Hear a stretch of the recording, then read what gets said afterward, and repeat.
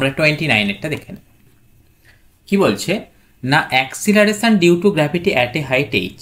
ওকে, আমাদের কি জানা আছে acceleration due to gravity at a height h কত হয়? Acceleration due to gravity at a height h, সেটার ভ্যালু যদি জি ড্যাস্ট হয়, সেটা ইকুয়াল টু কত লেখা হয় না, GM divided by R plus h whole square. Okay, কোয়েশ্চেনেতে কি বলেছে, সেই acceleration due to gravity is equal to the gravity at a depth of h। তাহলে যদি ডেপথ h হয়, সেই ডেপথেতে আমাদের অ্যাক্সিলারেশন ডিউ টু গ্র্যাভিটি কত আছে না, সেটা আমাদের খুবই সিম্পল। সেটা কত বলা হচ্ছে না, GM R minus H divided bye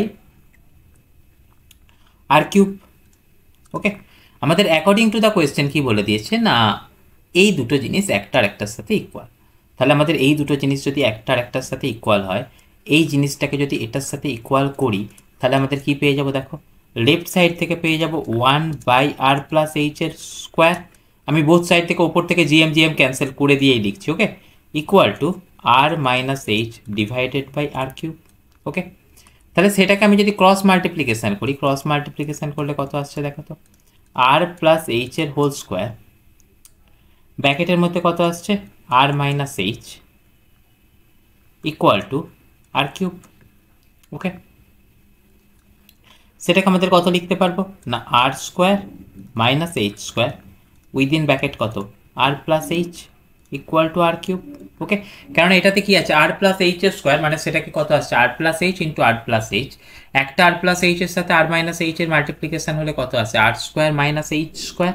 okay, তাহলে সেটাকে সিম্পলিফাই করলে আমাদের কত চলে আসছে দেখো তো, R cube minus R square H minus H square R minus H cube equal to R cube. Both side থেকে আর কিউব ক্যান্সেল আউট হয়ে গেল। বোথ সাইড থেকে আর কিউব ক্যান্সেল আউট হলে আমাদের এই দিক থেকে ভ্যালুটা কত চলে আসছে দেখো তো, এই দিক থেকে ভ্যালুটা চলে আসছে H cube plus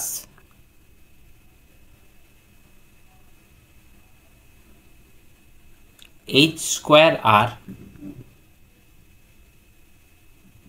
minus plus R square H.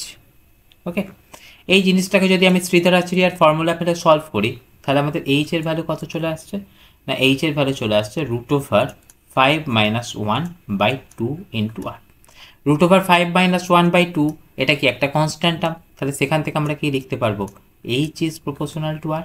ওকে, তাহলে যদি আমাদের এইচ ইজ প্রপোর্শনাল টু আর হয়, তাহলে আমাদের এখান থেকে গ্রাফ কত চলে আসবে দেখো তো, এইচ ভার্সেস আর প্রপোর্শনাল, সেটা অরিজিনের থ্রু দিয়ে পাস করছে।